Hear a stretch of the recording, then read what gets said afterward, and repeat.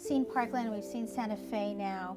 Why do you think this movement has taken such a national appeal now, particularly with the students? Well, my opinion is students are fed up, and the younger generation in high school is showing all the rest of us, including college students, it's time to speak up, do something, and stop worrying about somebody to fix it in the future. This push it down the road nonsense that we started really has to stop. Wouldn't you guys say? Yeah, I feel like in the past maybe this wasn't. I mean, of course, we've had like you mentioned, Columbine. We've certainly had these cases before, these events. But I feel as though perhaps many decades ago this wasn't as prevalent as it is today. And I feel like today, there's just this new movement. It sort of arose. If someone were to ask you how did this happen, I feel like it's a bit of a cosmic question, but nonetheless there's a movement, and I just feel like, yeah, students, they see this, they hear about it more and more and more, and they want to do something about it. But we're talking about high school students, so what do you think has actually given them the inner power to make their voices heard now? Is it through their parents? Is it something they've seen on TV? What do you think it is that has made them want to take action? Maybe it's the old innocence has never shown any restraint at being honest. Young people have been notorious for centuries of just saying it like it is, sometimes to the embarrassment of their parents. But now there's a chance to embarrass the nation. And quite frankly, as a leading nation in the world, we should be a little embarrassed.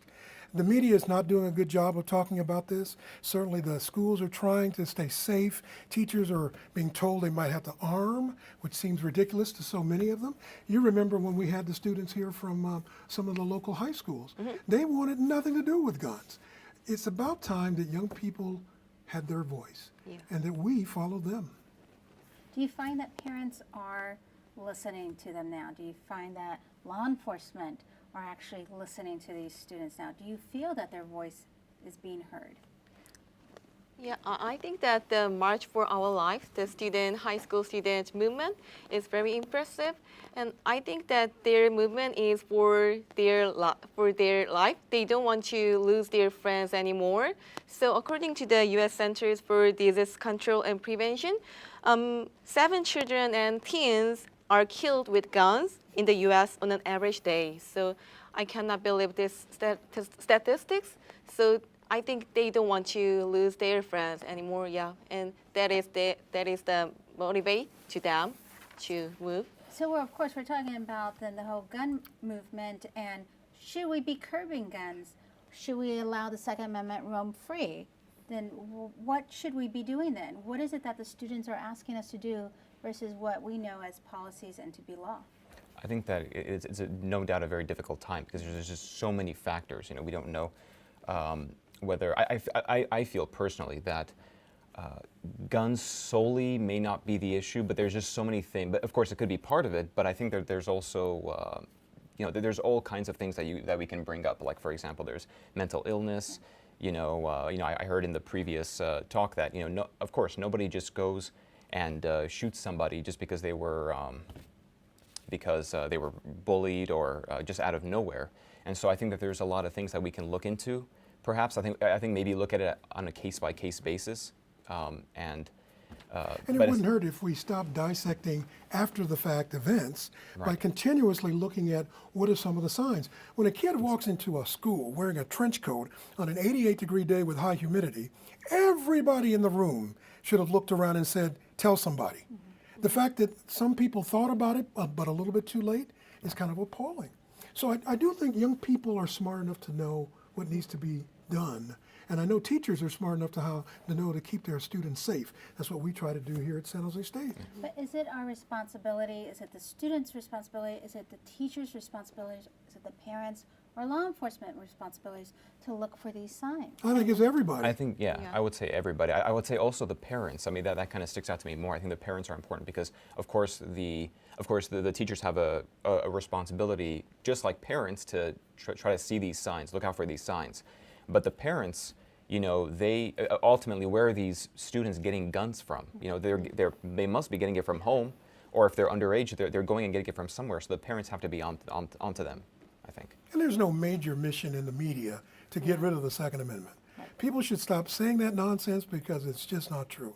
Most of the members of the media would say, listen, we respect the Constitution, we're part of the Constitution, we enjoy the privileges and the pleasure of the Constitution. We're not trying to get rid of your guns. But human beings can be a little more responsible. There is no reason for a child to have access to a gun, and there's no reason for a parent to be lackluster in approach in trying to protect not only their family, but also the gun itself from somebody who could be harmed. So do you find that these movements then are making a difference? Yes. How so? It's firing us up. What do you think? In my opinion, I'm from South Korea, and we don't get a gun without permission.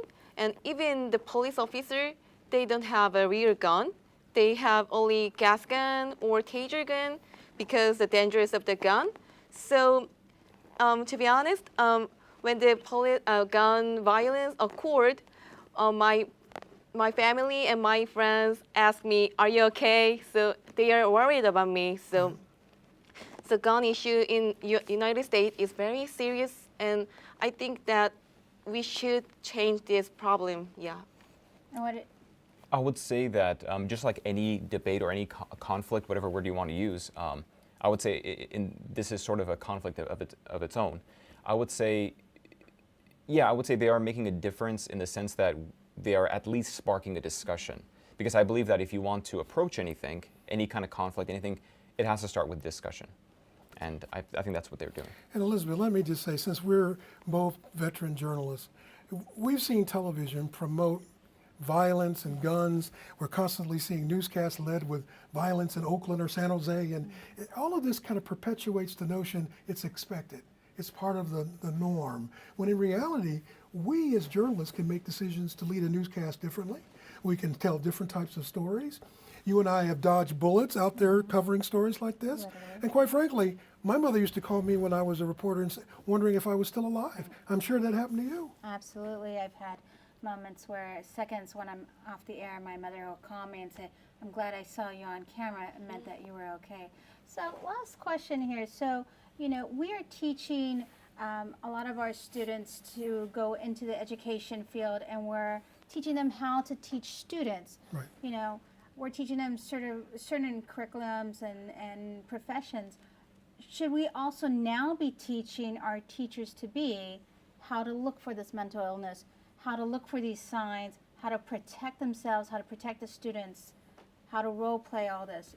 Is that the next step? That's a tough question. I think we should do that, yeah. Because after all, it is the teacher's responsibility to a very large degree. I don't know how it is in other high schools, but I would say that I think that in my time, high school teachers, they would if they saw anybody bullying, even minimally to another student, they would call them out. They would really call them out and have a talk with them.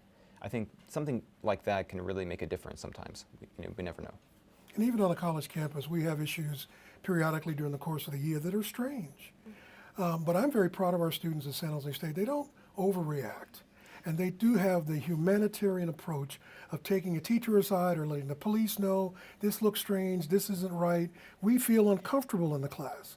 There's nothing wrong with suggesting that, and teachers have to be aware of those things right now because everybody's on a little edge every time one of these stories make the news. But Bob, do you feel though that our students are somewhat now numb, being here in the Bay Area or here in California, because we hear about the gun violence, we know about gun shootings.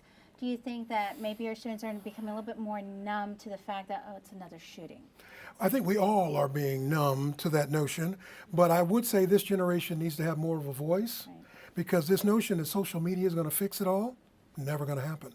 People have to take action, people have to see the emotion, and they have to take on the passion to want to change it. Great. Thank you very much, everybody.